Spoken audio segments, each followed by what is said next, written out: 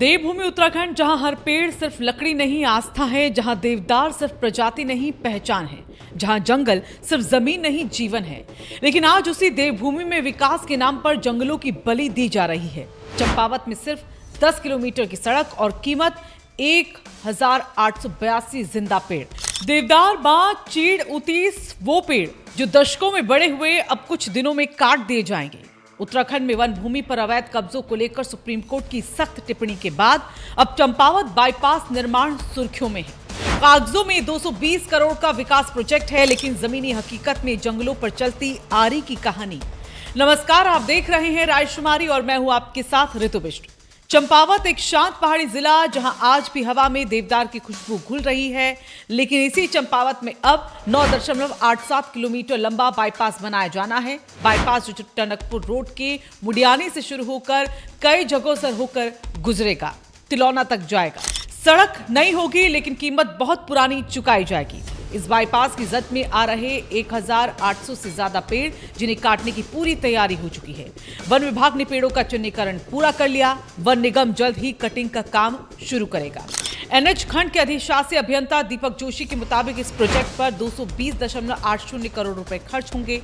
इसमें करीब 8.94 hectare one भूमि और 12.78 हेक्टेयर नापी भूमि शामिल है।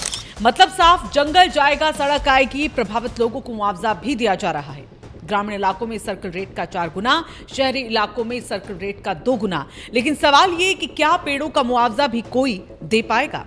वन रेंजर ब्रिजमोहन टमटा साफ कहते हैं, बाईपास निर्माण के लिए कुल 1882 पेड़ों का कटान होगा। चिन्हीकरण पूरा हो चुका है, जल्द कटिंग शुरू की जाएगी।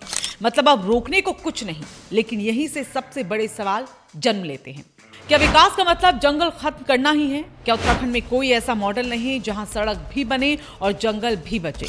ये वही उत्तराखंड है जहां हाल ही में 2866 एकड़ वन भूमि पर कब्जे का मामला सुप्रीम कोर्ट तक पहुंचा, जहां सीजेआई सूर्यकांत खुद हैरान रह गए कि जंगलों की लूट इतनी खुलकर कैसे हो रही है।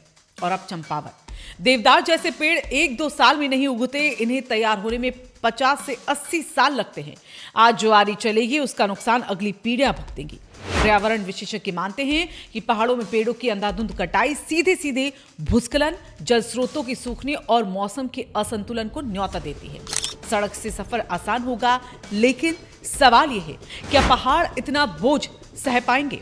क्या देवभूमि सिर्फ कंक्रीट की भूमि बनती जाएगी? क्या 10 किलोमीटर सड़क के लिए 1882 पेड़ों की कुर्बानी जरूरी थी? क्या कोई वैकल्पिक मार्ग या तकनीक नहीं अपनाई जा सकती थी? और क्या हर विकास परियोजना जंगलों की कीमत पर होगी?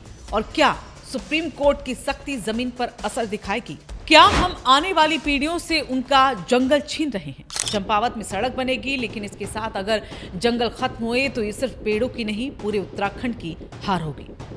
अगर आपको लगता है कि विकास जरूरी है लेकिन जंगलों की कीमत पर नहीं, अगर आप चाहते हैं कि देवभूमि की पहचान बचे, तो इस खबर को लाइक कीजिए, शेयर कीजिए, कमेंट में अपनी राय जरूर दीजिएगा। और ऐसे ही जमीन से जुड़ी सच्ची खबरों के लिए हमारे चैनल रायशुमारी को सब्सक्राइब जरूर कीजिए, क्योंकि सवाल पूछना जरूरी है और जवाब मिलना उससे भी ज्यादा।